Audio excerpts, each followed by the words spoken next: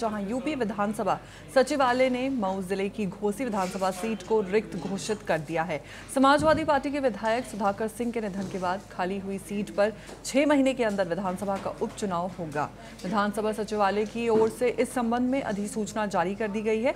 इस उपचुनाव को लेकर राज्यपाल, मुख्यमंत्री, विधानसभा के सदस्य, डीएम मऊ और मुख्य निर्वाचन अधिकारी समेत सभी संबंधित विभागों को इसकी जानकारी दे दी गई है। ऐसे में अब 6 महीने के अंदर इस सीट पर उपचुनाव कराया जाएगा।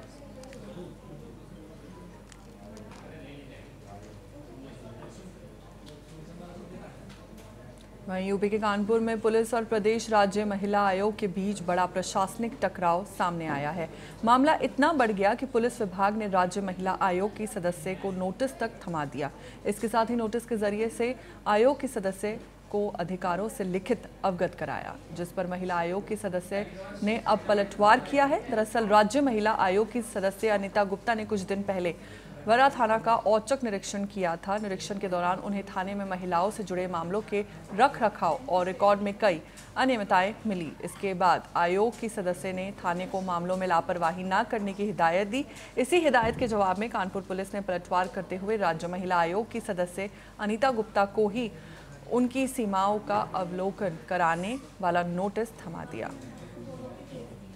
नोटिस आया, मैं यहाँ पे उपस्थित ही नहीं थी, मेरे स्टाफ ने यहाँ उस नोटिस को रिसीव किया।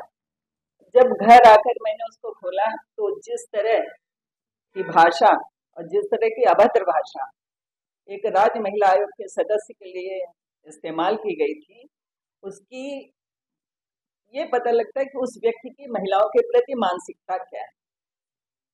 दूसरे, मैं ये नहीं चाहती कि महिलाओं के प्रति एक अलग से कोई चीज हो, लेकिन जो उनके विचार, एक तो सबसे बड़ी बात है कि वो अधिकृत ही नहीं है मुझे नोटिस देने के।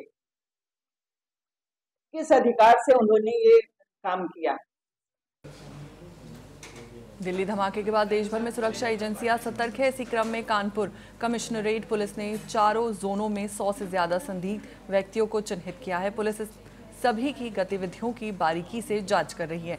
जानकारी के मुताबिक संदिग्धों ने सबसे ज्यादा संख्या पश्चिमी जोन की बताई जा रही है। जांच की जानकारी मिलते ही कई संदिग्धों ने अपने घरों पर ताला लगाकर जगह बदलने की कोशिश की, लेकिन पुलिस और खुफिया एजेंसियां लगातार उनकी निगरानी कर रही हैं।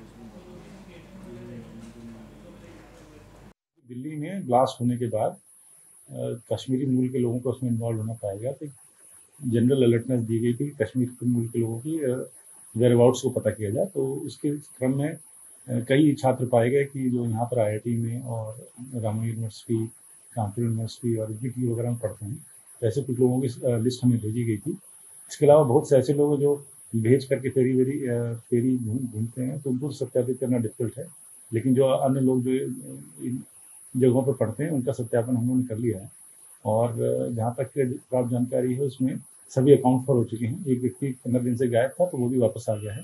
उनका घटना में यूपी के बदायूं में पुलिस ने नाबालिग छात्रा से दुष्कर्म, धमकी, जबरन, गर्भपात और पंचायत के दबाव में शादी तय कराने के मुख्य आरोपी सोमवीर को गिरफ्तार कर लिया है। इस मामले में मुकदमे में नामजद 3 डॉक्टरों और एक अज्ञात व्यक्ति की तलाश अभी भी जारी है। ये मामला बिसौली थाना क्षेत्र के एक गाँव का है। पीड़िता ने पिता ने वरिष्ठ पुलिस अधीक्षक को प्रार्थना पत्र देकर बताया था कि पड़ोस में रहने वाला सोमवीर कई महीनों से उनकी बेटी को बहला फुसलाकर अपने घर बुलाता था। इस दौरान आरोपी उस पर लगातार दबाव बनाकर उसका उत्पीड़न करता था।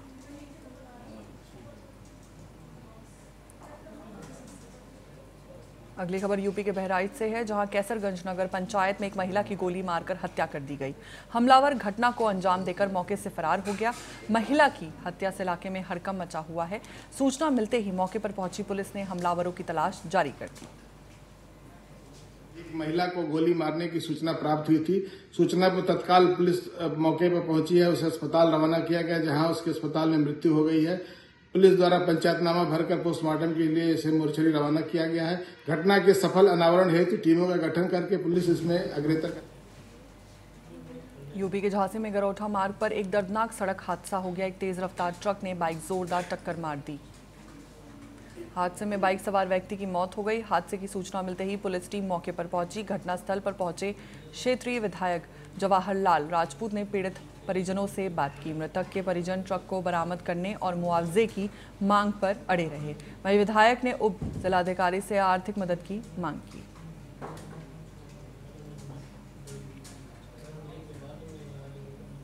यूपी के आगरा में एकता क्षेत्र में चोरों ने एक बंद मकान को निशाना बनाया। चोर घर से लाखों रुपए और ज्वेलरी लेकर फरार हो गए। सूचना मिलते ही मौके पर पहुंची पुलिस ने जांच पड़ताल शुरू कर दी।